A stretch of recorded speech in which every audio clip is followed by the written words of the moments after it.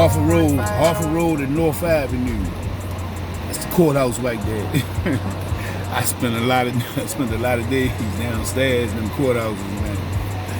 It's East Baltimore here. I'm going towards Northeast. Don't much happen on this corner up here except for car accidents. Somebody might get hit by a car. But I'm going to go down to a couple of blocks down. There's a high murder rate. Oh, it still is somewhat, but not like it used to be. It's a lot more tame. Guys are more coming together. But the guy they just locked up with that gang, I forgot the name of the gang, but he just locked him. No, they didn't lock him up. He went to Atlanta, he got murdered. That's what it was. He went to Atlanta, he got murdered. And I can't think of the name of the gang, but I'm gonna come back on it with another segment of what I'm talking about with this Harford Road situation. I'm gonna put you down with it. The Hot Boys used to be up in this area too. A couple of homeboys of mine from this area. I don't want to say no names, but I'm telling you, we real close. Real close. There's a lot of them up here I'm close with up here. From years. I mean, I got a lot of history with these guys up here. And there's no nonsense. Come these guys, you know, no nonsense. Yeah, we right past Darley Avenue, Harford Road and Darley right here. And this is gonna be Cliffview, Harford Road and Cliffview. High crime rate area. This is Normal Avenue, Harford Road and Normal Avenue. Check cash. I used to sell cars to the left of here on 25th Street. Sold cars from 2008 up into 2000, probably about 14. It was a fun experience. The money was good. I not only sold cars, I started off washing cars, and I worked my way up. I just got out of jail. Matter of fact, I know the exact date, March the 9th. March the 11th of 2009. I was kind of devastated because my uncle, brother John Mozon, had passed away. One of my uncles, and I was devastated. I said, man, I can't go back in these streets, man. I got to slow it down a little bit. And my mother and stepdad had gave me a house up on 28th Street. I'm in Remington. And I stayed there for a couple of years, but then I started having issues with the plumbing and stuff. So I went on and moved, and he made arrangements to sell the property. But yeah, we on Harford Road, Harford and Montpelier. I got some history on Montpelier. We'll get into that one day. Homestead, Gorsuch Avenue. We got a real strong Muslim community up here. Masjid up here. Got some strong brothers up here with a halified message. And that's only the live life according to Allah. You know?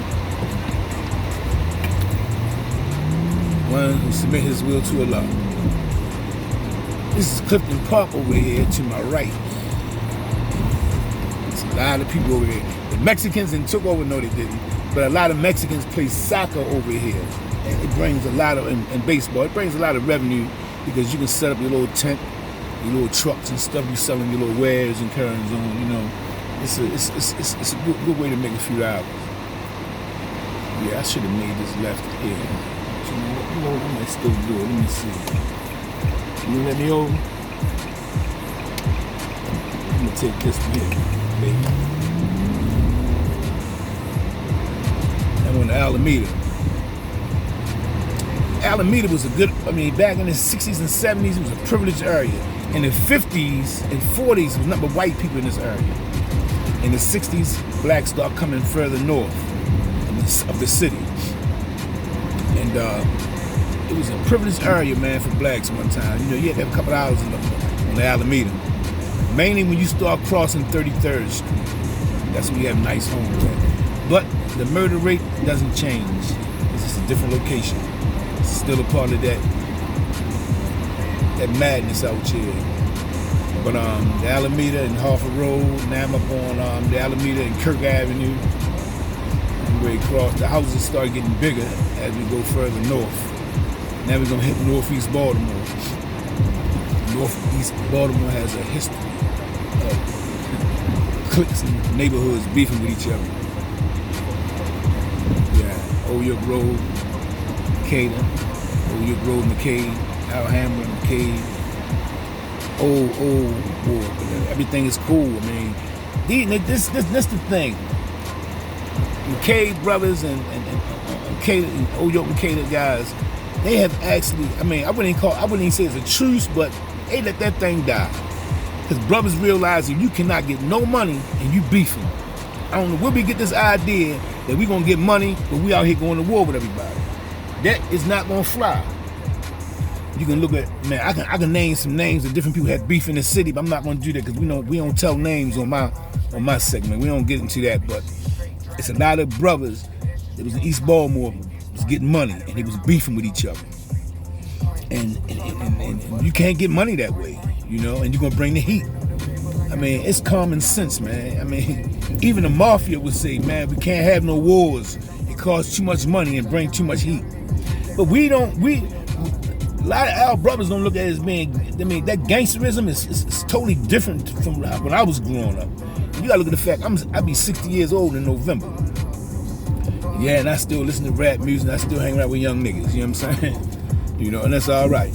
You know, I'm learning a lot of things from these brothers. But anyway, back to what I was saying, you know. You can't get money and you out here beefing, man. I mean, it's just not gonna happen. You know? You got to keep a blicky on you all the time, you know, the police on the nigga ass, so, you know, how you gonna have your blicky and you out here, you know, trying to concentrate on this dollar, but you got to watch your back. You got to watch who ride past you, who walk past you. You got to watch shit from the sky. You heard me? That's how much on point you got to be. You got to make sure nothing don't drop on your head.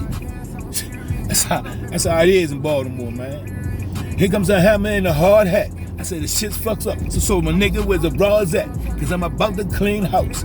Stick this AK in your ass and blow the fucker clean out. It's not a joke, man. That's what it is. Yeah, I'm on Lock Raven right now. So we're in a more tame neighborhood, but it's be some head busting up in here too. There's be a whole lot of head busting up in here, man. Head busting is an all-time epidemic. You think the coronavirus was a damn disease? That damn head busting is a new disease now, you know? Look, I'm gonna close out for now, but when I come back again, we're gonna probably be in South Baltimore. All depends, I don't know what I'm gonna do. City is on fire.